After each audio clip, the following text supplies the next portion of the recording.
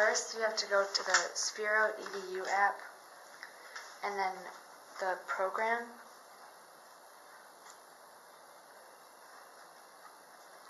and then go to lights to change the color of the Sphero, and then sounds, where you can make it play like a sound.